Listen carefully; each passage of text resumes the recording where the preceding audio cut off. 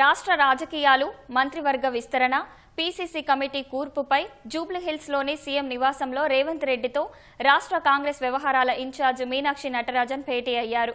దాదాపు గంటపాటు సమావేశం కొనసాగింది. మరిన్ని వివరాలు మా ప్రతినిధి తిరుపాల్ని అడిగి తెలుసుకుందాం. తిరుపాల్, ఏ అంశాలపై ఇరువురు చర్చించారు? ఆ వివరాలేంటి? రమ్య, ఈవేళ ఉదయం దాదాపు గంట పాటు ముఖ్యమంత్రి రేవంత్ రెడ్డితో రాష్ట్ర వ్యవహారాల ఇన్ఛార్జి మీనాక్షి నటరాజన్ భేటీ అయ్యారు. తాజా రాజకీయ పరిణామాలతో పాటు మంత్రివర్గ విస్తరణ, అదేవిధంగా పీసీసీ కమిటీ కూర్పు, ఈ మూడు అంశాల మీద చర్చ జరిగినట్టుగా మనకు సమాచారం ఉన్నది.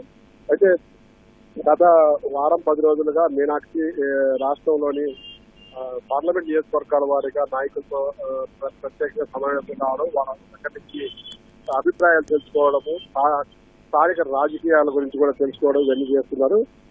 చాలా వరకు కూడా మీనాక్షి సమావేశమైన పార్లమెంటు సమావేశాలలో ఎక్కువగా ముఖ్యమంత్రి గాని మంత్రులు గాని అందుబాటులో ఉండడం లేదని చెప్పేసి ఎమ్మెల్యేలు కూడా ఆమె దృష్టికి తీసుకొచ్చినట్టుగా తెలుస్తోంది. ఏదన్నా చెప్పుకోవాలంటే ఇబ్బంది పడుతున్నాము. తర్వాత నియోజకవర్గాల వారిగా కూడా నాయకుల మధ్య భేదాభిప్రాయాలు ఉన్నాయి. ఒకరు అవునంటే ఒకరు కాదనడము. రెండోది, టీఆర్ఎస్ నాయకులకు ఎక్కువ ప్రాధాన్యత ఇస్తున్నారు, కాంగ్రెస్ పార్టీ నాయకులకు సరైన ప్రాతినిధ్యం దక్కడం లేదు అని చెప్పి ఈ అంశాలన్నీ కూడా మీనాక్షి నటరాజన్గా సమాచారం ఉన్నది. అదే అంశాన్ని ముఖ్యమంత్రి దృష్టికి తీసుకున్నట్టుగా తెలుస్తోంది. అదేవిధంగా మంత్రివర్గ విస్తరణకు సంబంధించి చాలా సార్లు ఏఐసిసి స్థాయిలో సమావేశం జరిగినప్పటికీ కూడా పెండింగ్ పడతా వస్తుంది. దానికి సంబంధించి ఒక కొలికి తీసుకురావాలా, ఈ నెలలో మంత్రివర్గ విస్తరణ పూర్తి చేయాలని చెప్పేసి ఉత్తరీక్షతో ఉన్నట్టుగా తెలుస్తోంది. ఏఐసిసి సూచనల మేరకు మీనాక్షి నటరాజన్ ముఖ్యమంత్రితో భేటీ అయినట్టుగా తెలుస్తోంది. ప్రధానంగా మంత్రివర్గ విస్తరణలో 4-5 అంశాలు సబ్జెక్ట్స్ గా మారినాయని చెప్పచ్చు.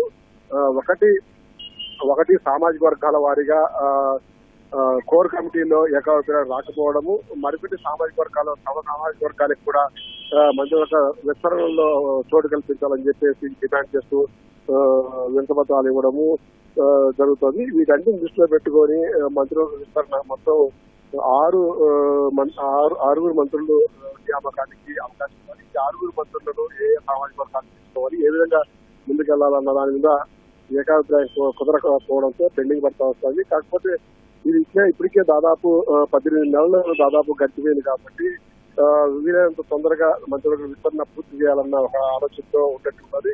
అందువల్లనే పిసిసి అధ్యక్షుడు కూడా లేకుండా కేవలం ముఖ్యమంత్రి రాష్ట్ర వ్యవహారాల ఇన్ఛార్జి ఇద్దరు మాత్రమే కూర్చొని చర్చించినట్టుగా సమాచారం ఉన్నది. మంత్రివర్గ విస్తరణలో ఒకరిద్దరికి మా ఉద్వాసన పనికి విస్తరణ చేస్తే కూడా సామాజిక సమీకరణాలు సరిపోతాయని చెప్పేసి భావన కూడా ఉన్నట్టుగా తెలుస్తుంది. అదేవిధంగా మాల సామాజిక వర్గానికి కాకుండా మాదిగ సామాజిక వర్గానికి మంత్రివర్గ విస్తరణలో చోటు కల్పించాలని చెప్పి కోరుతున్నారు. మరోవైపు లంబాడీలు తమకు కూడా మంత్రివర్గ విస్తరణలో ఒక అవకాశం కావాలని చెప్పేసి డిమాండ్ చేస్తూ ఇప్పటికే ఏఐసిసి పత్రాలు కూడా ఇచ్చారు.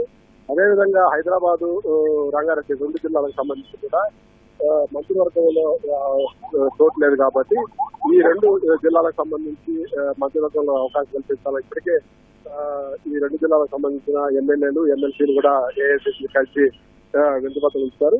ఈ అన్ని అంశాలను దృష్టిలో పెట్టుకొని సామాజిక వర్గాల సమీకరణాలను దృష్టిలో పెట్టుకొని